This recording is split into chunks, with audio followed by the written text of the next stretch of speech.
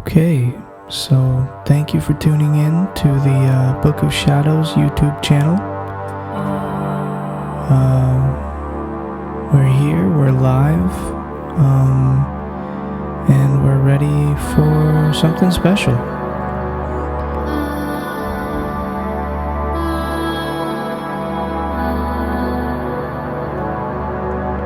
So I wanted to start today's video with a quote from a book I really like by an author and a person I really like, and I'm sure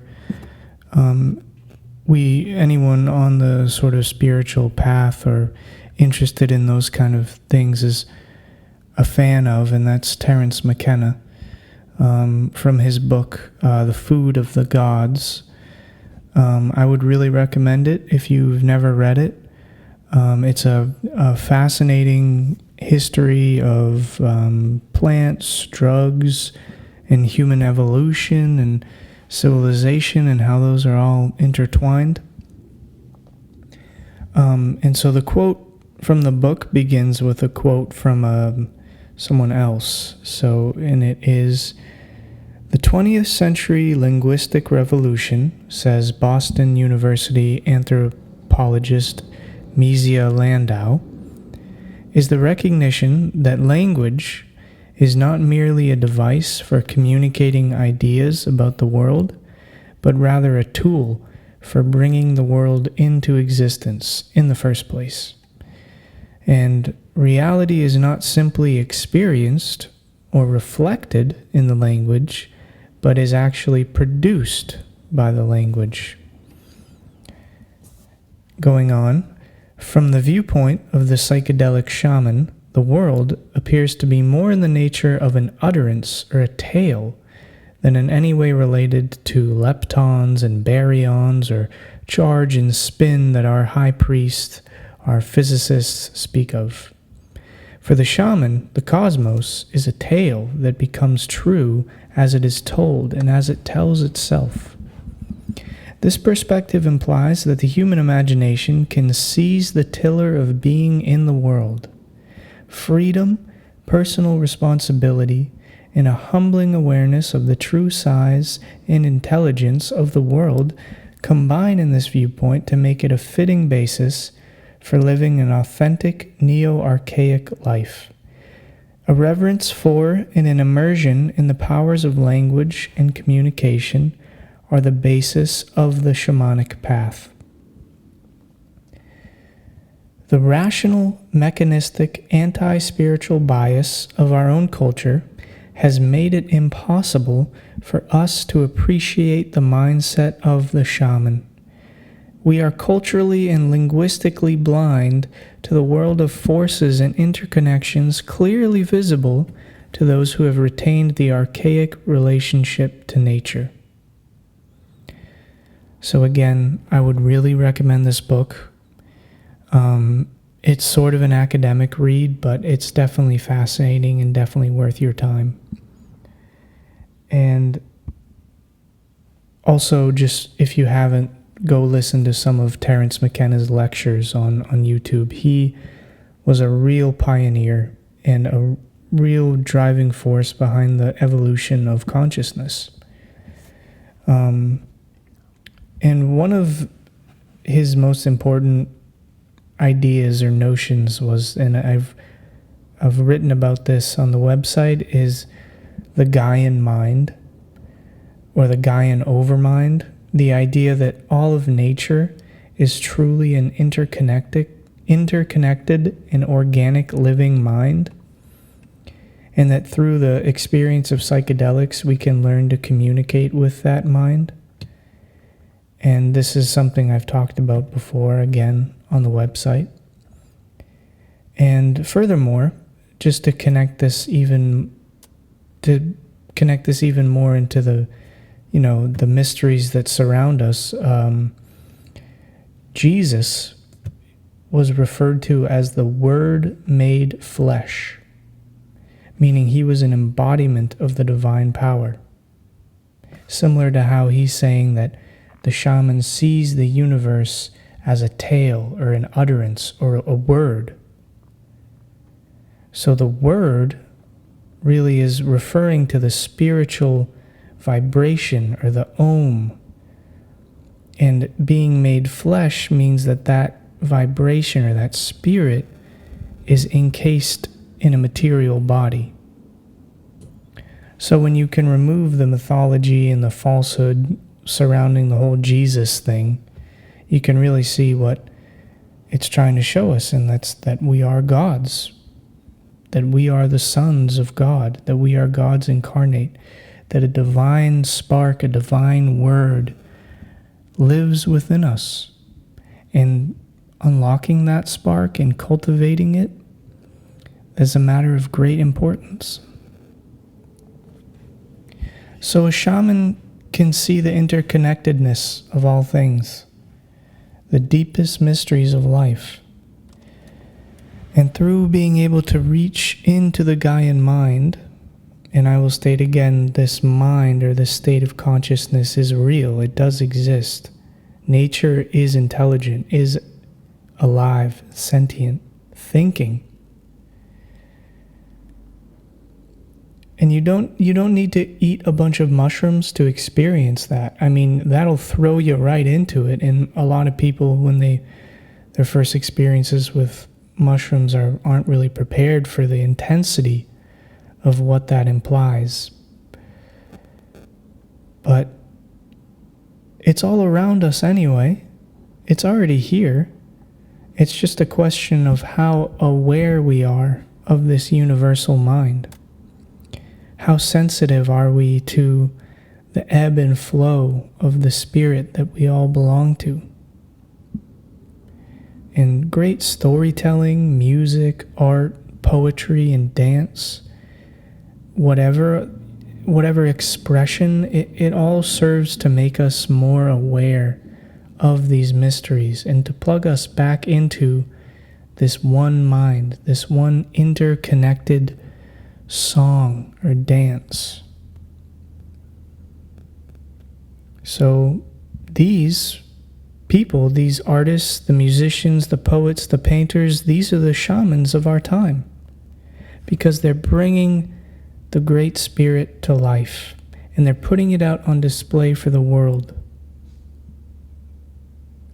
And so to pursue the path of the shaman, of the renegade, of the liberated creator, is to come into odds with the world of mankind. It means pissing people off by saying, hey, this world is killing us. It's stifling our creativity. It's devaluing us of our true inherent nature. It's stealing our dreams. And I no longer wish to die while I'm living. Instead, I'm going to explore the mysteries, and I'm going to bring life to this death that lies before me. And that might mean being outcast by family, friends, society at large, people who are blind or ignorant of the great mysteries.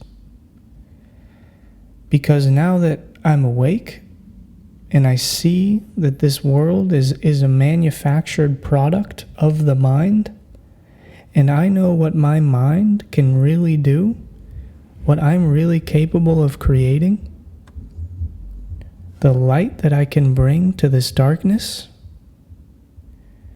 I'm not going to just, go work at McDonald's now.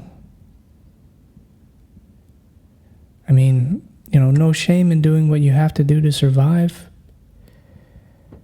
But there's always going to be that higher calling. And so to know that all things are truly interwoven, that there exists an all-encompassing creative matrix of light, and to understand that you are an intrinsic part of that web of life. So you can ask yourself the question, how can you best enlighten and enliven that web in which we all have our lives? Because perhaps the greatest instrument of power and of mystery within that whole divine web is the human heart. So can you awaken that heart to its gifts and to its abilities? Because in truth, most people don't have a heart. I mean, biologically they do, and it's serving its basic function to keep us alive and to keep blood flowing in our veins. But it's not actually awake to the great mystery of life in nature and the interconnectedness. And so in the absence of this realization, hatred, racism, addictions, predatory behaviors, all sorts of evils and villainy can be bred because we don't realize that we're only hurting ourselves. And if our hearts were really open and awake and alive, we would see how much damage we've done to ourselves, how broken the spirit of this earth truly is. There's so much pollution on earth because there's so much pollution in our hearts.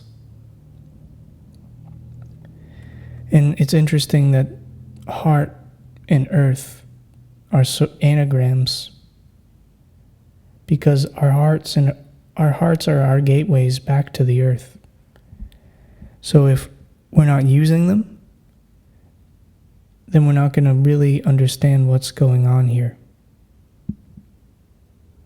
Forget the eyes, forget the nose, forget the ears, forget your sense of touch.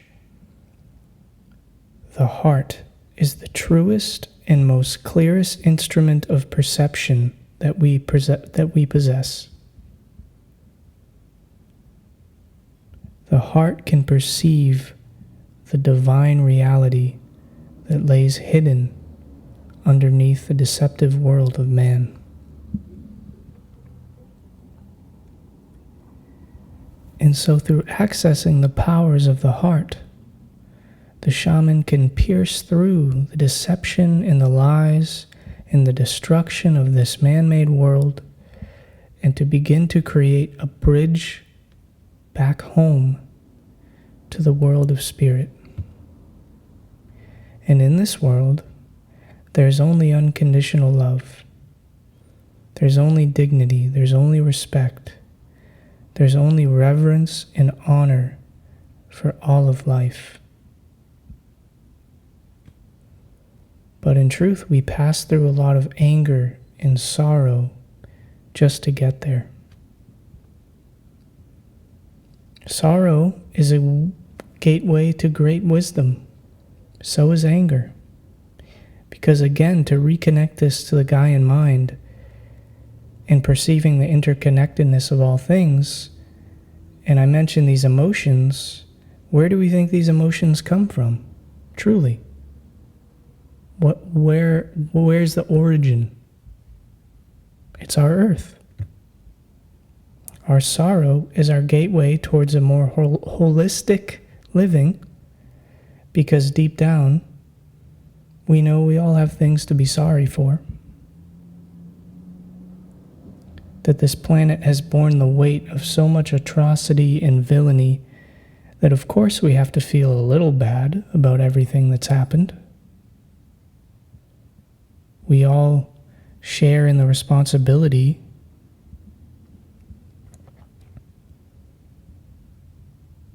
And unless we give ourselves the time to actually feel and honor these emotions, then we never really come back to our heart, to wholeness, to balance.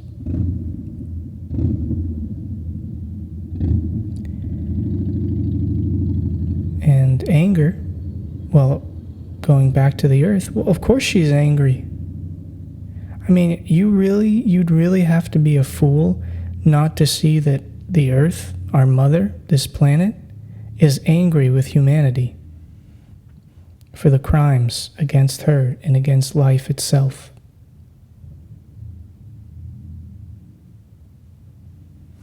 So there's no light without darkness. In order to awaken this light, we have to acknowledge the darkness. And the higher you go into the light and into the truth of your heart, the deeper you go into the darkness of this world, because the more armor you have against it. Because the shamanic path is also the warrior's path. Because it's a war against that which is antithetical to the well-being and the nourishment of our life spirit. And there's quite a lot of that in this desperate world. And the darkness may persist, and it may seem like you've lost the war, but just know the light always wins, that love always wins. So stay true to the light inside of you, no matter how turbulent the journey may become.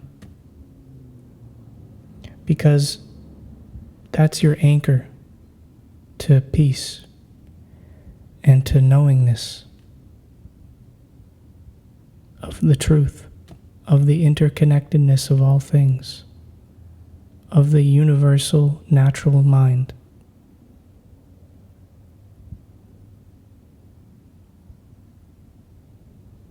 Never lose that. So I hope you found this message inspirational, eye-opening, maybe even heart-opening. And we all have a journey to live, a path to walk.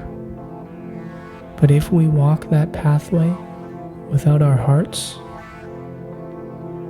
without the compass of an awakened heart, then we remain lost.